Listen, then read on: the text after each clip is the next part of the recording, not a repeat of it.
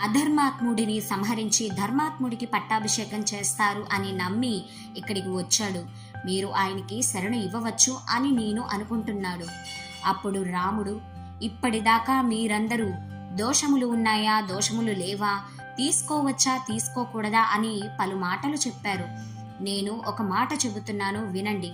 నా దగ్గరికి వచ్చి భూమి మీద పడి, రామా నేను నీ వాడనయ్యా, నువ్వు నన్ను రక్షించు అనిన వాడి యందు నేను గుణదోష విచారణ చెయ్యను.